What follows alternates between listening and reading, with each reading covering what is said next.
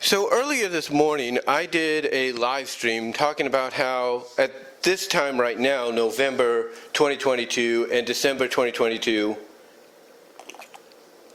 just drinking me some coffee there, but that around this time frame, it will mark 11 years since the Mecha Sally Arc began, and that next year in May and April of 2023 will mark 10 years since it ended. And when you look at that timeline, that's quite a long time for a story to go, focusing on one character's sacrifice, but on willing betrayal because of sacrifice that caused another character's future to go into shambles.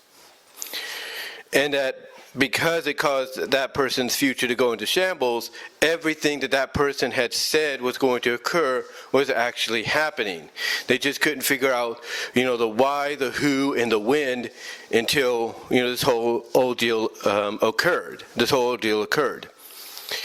But with that said, this might sound a little crazy. And I know I might get some flack for it. But when you really think about it, if it wasn't for Ken Pendis' lawsuit, that yes, unfortunately took a lot of very popular characters away from us that he had created, if it wasn't for his lawsuit, doing all that, maybe we wouldn't have gotten the quick ending to this unfortunate borefest that we got. And I say that with all honesty because as everybody from Fantastic Samtastic to Cyberpunk Jordan to others that have touched upon this, Mega Beatman, you name it, a lot of people basically will tell you that even though the story started out good and picked up a little bit, especially with the weaponization that, as I mentioned in the live stream, got a lot of people talking of whether or not he gutted her or just wielded, weaponized armor onto her, which again, the gutted portion is probably more favorable now than ever, especially with me kind of leaning towards it more than I've ever had before. But after some of those initial pickups, at the beginning, it just started to fall off. It became a bore fest. There were some interesting things in there, like Monkey Khan having to try to save her by basically giving her his power ring because she might self-destruct or something, or she was shutting down, she was low on power, stuff like that. It just, with those exceptions, became nothing more than a repetitive bore fest. And I'll be honest with you, one of the reasons I didn't read any of the issues until it ended is because I had, looking back on it now, I had this strong feeling that that's exactly what we were going to get, a repetitive bore fest.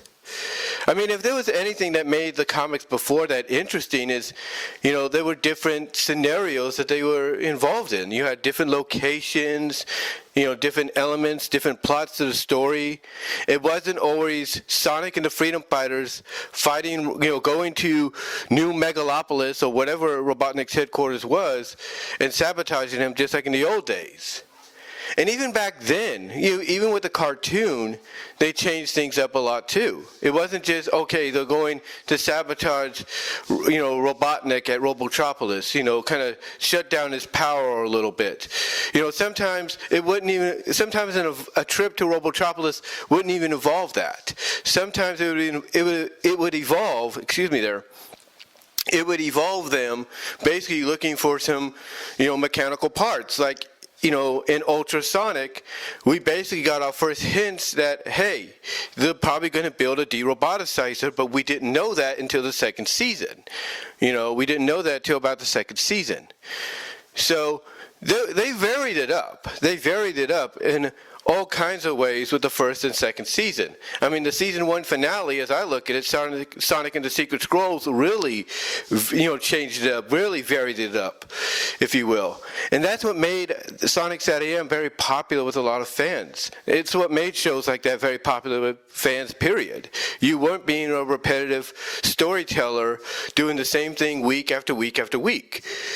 And if there's anything the earlier issues of Archie Sonic, even during his comedic days, did right was they varied things up. They made things more of a variety for fans to enjoy and read. Even when they got more serious and stuff, they kept the variety there. And like I said, even before we got to this point, they kept things different. They kept things, on a variety path. But it's like as soon as they hit the Mecha Sally deal, it's like, yeah, that's a change. That's a big change. But all of a sudden, it just went into a repetitive bore. That's all it was. It just was a repetitive bore. And nothing really interesting came out of it. It's like I said in the live stream, had they gone in the direction that some fans like Ace of Speed 68 drew one time several years ago, where Sally basically was drawn in sort of a Neo Metal Sonic Overlord-like fashion, because Neo Metal Sonic Overlord is the final boss in Sonic Heroes. That had she been, taken in that direction to where basically she would usurp Robotnik, she would basically take control because she's now so far gone, that would have made things interesting if she would have taken on a form like that because of it. But they didn't do that. They didn't do that. Instead, it was just a repetitive storytelling week, month after month after month. And even though, like I said, there were some things there here and there, like little tidbits here and there that you could kind of tell were progressions in the story, it just felt, the same. It just felt like you were just watching the same episode on repeated loop month after month. That was it, with the exception of a few changes.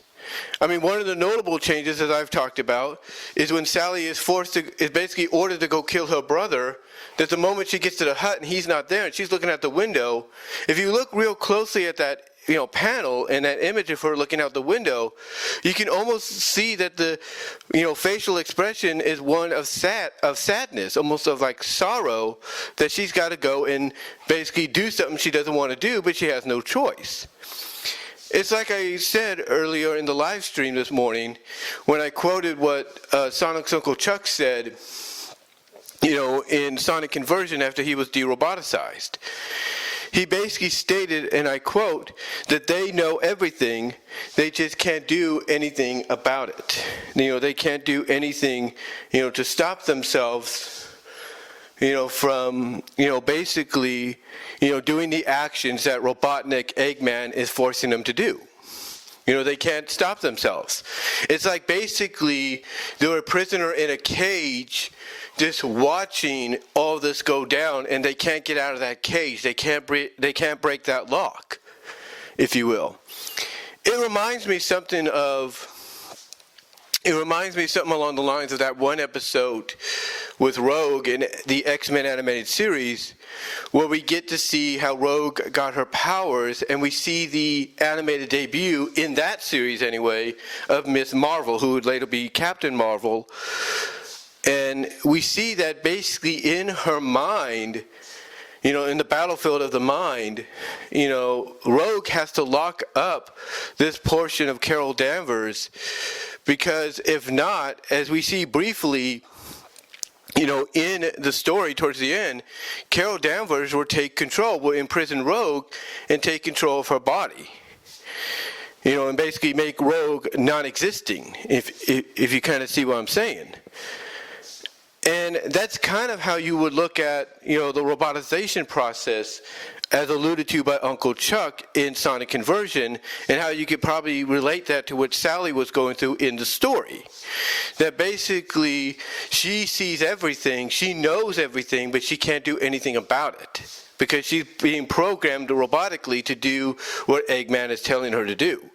Which is why, like I said, even for that little tidbit, that little moment, you could see that, she has a bit of that free will trying to break through, because she's regrettably saddened at the fact that she's being forced to do this kind of stuff. But like I said, even with moments like that, thrown in there, the storyline still felt like a repetitive bore fest. The only time it would get interesting, basically, is the correlation with both the main book and universe, especially with the Secret Freedom Fighters, when Silver agreed to join them in exchange for information of finding out who finally the traitor is. Which, again, I think a lot of us, as I mentioned in the live stream earlier today, I think a lot of us pretty much knew was going to be Sally. I mean, it's like all the arrows, all the evidence, even as early as Silver showing up and making his comic book debut, all the evidence pointed towards her. It's like she's the one character that has gone through so much, in the comic, depending on who the writers were, that it would basically be a surprise, a very much big surprise, if she wasn't the traitor. It would be a very big surprise if she wasn't the traitor. And I'll give Ian Flynn credit. He tried his best to throw us off, but we all knew. We all knew who it was going to be. Especially if you look at Mobius 30 years later, which correlated at the same time, I think, that the Mecha Sally Arc began. And it's like, are you being that obvious? With Silver basically asking if Sally's the traitor, are you being that obvious? I think we can already tell she is. And as soon as 247 comes around, again, that's the only time I think things really picked up, because of the fact that Silver shows up and he basically explains that he now knows who the traitor is, and that basically that the traitor is Sally, much to the anger of Sonic and Amy, with the exception of Tails. Silver's able to explain, look, I get you're angry, I understand you're upset, but here, let me explain why this is the fact. And he goes on to, I'll be honest, give a good explanation. Because as I've mentioned before, historical facts in real life throughout thousands of years could be lost, and the truth could, be lost with them. And as we have noticed throughout the past several decades, if not several years, once that secret truth is, uncovered, the perspective, the idea that you have of said individual or event, changes drastically. So Silver bringing up that explanation that, history lost its facts and didn't realize that Sally was a traitor, but by unwillingness, basically didn't help them in the long run to find out who was indeed the traitor. But again, with that being the only exception of things picking up, that would be the end of it. Because of course afterwards we would get the first big Genesis wave, or the second big Genesis wave, which would lead into the Mega Man crossover. The point is, basically, when we get to the lawsuit that caused that to happen, as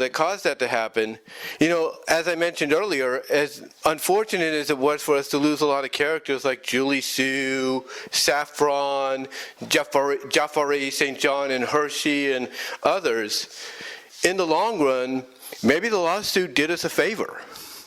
And I know I might get some flack for this, but I think the lawsuit did us a favor. Because think about it. If Ken Penders hadn't done what he did, and, the story was still continuing, who knows what we would have got? Would we have gotten the sleeper agent angle that Ben Bates alluded to, if you want to believe that? Or would we have gotten, Ian Flynn going in a direction to where, Sally would be de-roboticized thanks to the help of a robotic plant vine known as the Krazood that we had not seen since the beginning of the comic. Would she be de-roboticized with the help of that? Where, because of de-robotization, she would get her new outfit and everything, but then also have maybe from a storyline character development direction, PTSD and anguish, if you will, over what she had done, basically allowing her to grow and learn from that mistake. We don't know. We don't know what it would have been or anything. And would that have also, part of that second theory and speculation of what could have been, would that have led maybe to Sally, once they finally confront Eggman, whenever that would be, going after him by herself, using her new ring blades to threaten to kill him because of what he did to her? We don't know. We don't know. But in the long run, as crazy as it sounds, and I'm not trying to side with Ken Penders here, I'm not. I think what he did was dumb. I think what he did was wrong, even though he was right in some cases. He should have still worked out some kind of deal in the end. But again, I'm not defending the guy. I'm not defending the guy whatsoever. I still feel what he did was wrong. It took, because of his selfishness, in a sense, it took away a lot of beloved characters. And now we're starting to find out maybe the truth of the fact that what he said is not entirely true at all.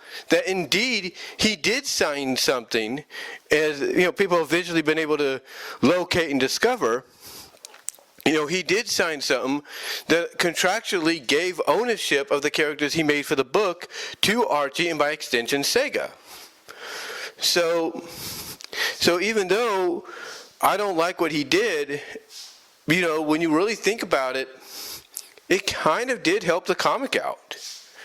It did kind of help the comic get out of this repetitive borefest and take us in a direction that was more intriguing, more enticing. I mean, the first crossover with Mega Man and Sonic, I thought was good. I mean, if there was one ball that was dropped, as I've always said, is you have all the characters, with the exception of Tails and maybe Rouge, all turned into roboticized masters. Why not give them the little extra design, if you will, the little extra bonus of being able to combine together into one big freaking roboticized master robot that has the self-destruction feature on there and make things more complicated. If they would have done that, that would have been great. That would have been awesome. Same thing, very similar to what they could have done with the Metal Virus arc. You could have had all the infected Mobians, because that's what they are, Mobians, basically being, engulfed by maybe what looks like to be a droplet. Like basically you have the goo around them, kind of engulf them in like a little droplet, and you have them all flying towards each other into one big blob that becomes, bigger and bigger until it becomes basically a huge Zombot-like entity that makes things a lot more complicated. And you see basically in the middle of the entity or throughout the entity all the floating Mobians that are still Zombots. You could have easily done something like that, and it would have made, the Metal Virus a lot more interesting, especially towards the end. But but he didn't do that. Just like he didn't do that with the roboticized masters. But still, with that little tidbit, though, I thought the crossover with Mega Man was good. I really did. And the ending led into, storyline-wise, what we got with the retcon and reboot, or the soft retcon and reboot, however you look at it. Because basically, Eggman, was so pissed off at the fact that, once again, he thinks he has this unstoppable plan that not even Sonic can thwart, if you will, easy for me to say, thwart, if you will, that not even Sonic could, mess up. And yet, in the end, once again, Sonic does that, and he's pissed. He's like, no, I'm not going to lose this again. I'm not going to lose to this guy once again, showing, and storyline-wise, showing that he's still kind of not all there yet. Because, as we see in 230, when he finds out that, time had reversed, everything had been messed up, he starts to lose it again until he remembers, oh yeah, Sonic's a constant of chaos, I've got to go with, my second plan, my plan B, if you will. And you kind of see that, like I said, at the end of the crossover with Mega Man, where he basically is losing it again because he does not want to lose to Sonic once more. That he has everything, and he's on the verge of having everything, and he doesn't want to lose. And his motive is, hey, if I can't have nothing, you can't have. If I can't have the world, you can't have the world, kind of deal. But what the end result is everybody is restored. Everything is reset kind of in a new environment, kind of changed around, pretty much for the better in storyline, when the characters look at it, especially Sonic, for the better somewhat. And maybe even somewhat better for the comic because it became a little bit more simpler and more streamlined. And sometimes, when comics go through that, that's a good thing. That is indeed a good thing. Even though, unfortunately, like I said, it caused us to lose, behind the scenes, a lot of beloved characters. It caused us to lose a lot of them. But in the end, we got back the freedom fighters. And that kind of is the silver lining behind all this. Again, I'm not defending what Ken Penders did. I'm not defending that at all. I think if he would have worked something out, with Archie Comics, that not only would the characters be back, or not back, but not only would the characters remain in the comic, but if the plan, maybe, hear me out, was to do something similar to what we saw with the crossover, that who knows what new redesigns a character like Julie Sue, Hershey, Jafare St. John, and others would have got. Who knows what they would have, what they would have came up with design-wise for them. They would have kept them the same, or they would have changed them up a little bit. We don't know. But none of that happened. All because Ken Penders, basically felt like he was owed royalties, which honestly, in a sense, he was, but now, as I mentioned, more evidence has come out that maybe he wasn't telling the entire truth. But unfortunately, it's too late to even bring that to the court's attention and make them realize, oops, we made a mistake, we should have favored Archie. But be that as it may, when you really look back on it, I guess we do kind of have the lawsuit to thank for this borefest known as the Mecha Sally Arc, which started out good, but then fell off its wheels to the point that you couldn't get those wheels back on. I guess we kind of have this lawsuit to thank for it, because now, not only does it give, Ian Flynn, out of nowhere, probably unexpectedly to him, an opportunity to reset things and start off with a cleaner slate, but it gets us back to what made the comic what it was. Not just more simplified, not just more streamlined and all that, but back to a variety base of stories. Yes, the only difference was every story that was varied throughout all the issues were all connected to that one big Sonic Unleashed tie-in story, Sonic Unleashed Worlds Shattered story, if you will. Even though it was all tied into that, it still varied. It still felt like a lot of the stories were their own individual stories, but the exception is they were connected into one, which I'm totally cool with. In the end. But, like I said, when you look back on it, one, it's hard to believe it's going to be, or not going to be, but it is, I should say, 11 years since the Mecha Sally Arc began. And it's hard to believe that next spring's going to mark basically 10 years since it ended. And not only that, but next spring's going to mark basically the reason why it ended. A decade later, it's going to mark, the true behind-the-scenes reason why it ended. But when we really think about it, it might have been for the best. It might have been the best thing. I mean, let's be honest. There's a lot of things that happen behind the scenes.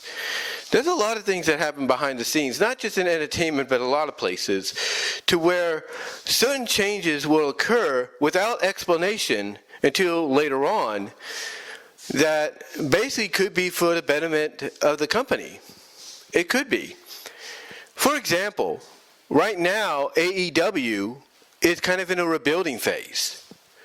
They're kind of in a rebuilding phase right now because of what happened after the media brawl, or during the media brawl, not brawl, but basically, well, that's what's called the media brawl out, but during the media scrum of, after All Out. They're still rebuilding from that. They're still rebuilding from what occurred there. And even though Tony Khan gave no explanation as to exactly why the World Championship and the Trios Championships were becoming vacated, or who he was vacating them from, basically stripping them from, in the end, it feels like it's kind of done a lot better for AEW. True, it's taken time.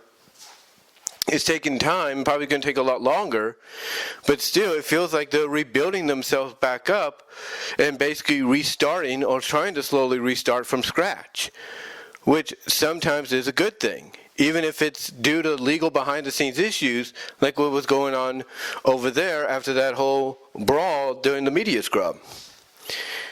So when you look, so the way it correlates, so what I'm trying to say is the way it correlates with what I'm saying here is that when you think about it, when you really think about it, the Mecha Sally, situation, the way it ended, even though we may not be fond of how it ended behind the scenes, maybe we should be a little happy. Maybe we should be a little glad that, it ended the way it did, even if it was due to behind the scenes legal issues.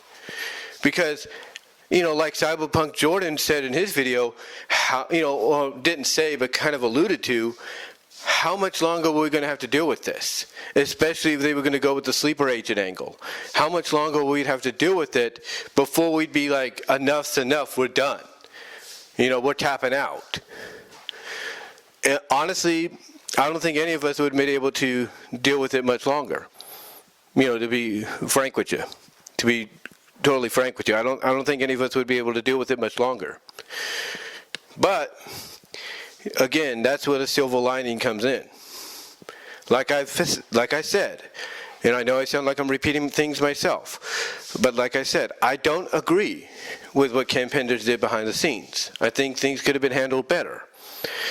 But the silver lining is maybe he did us all a favor, and maybe he did the comic a favor. And that's really about it. That's really how you have to look at it. Unfortunately, and maybe fortunately, that maybe he did us a favor.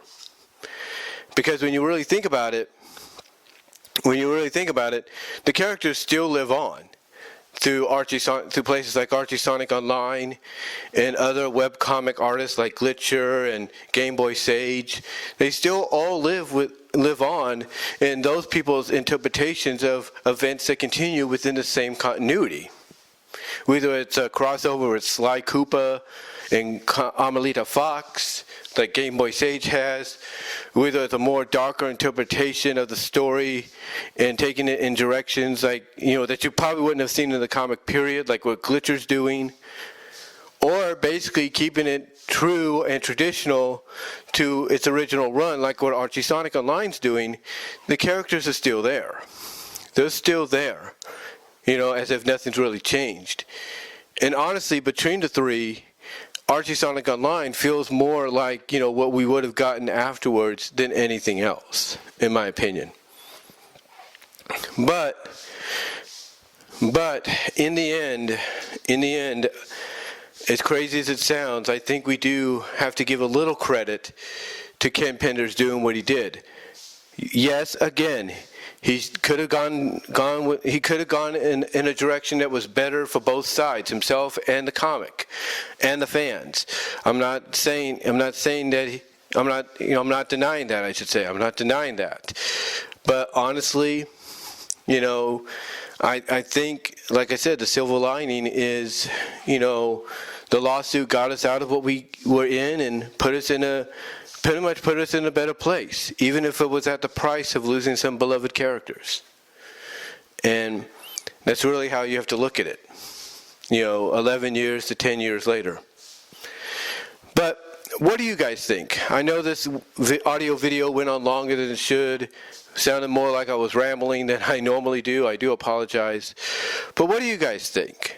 Do you think, when you look back on it, despite how you feel about how Ken approached this and everything, from a behind-the-scenes legal standpoint, that maybe the lawsuit did us a favor, and got us out of the Mecha Sally borefest that we had and took us more into a more positive, more traditional, more, back to almost its roots, if you will, version of the comic, where it was more variety than anything, even if it was all part of one continuity story.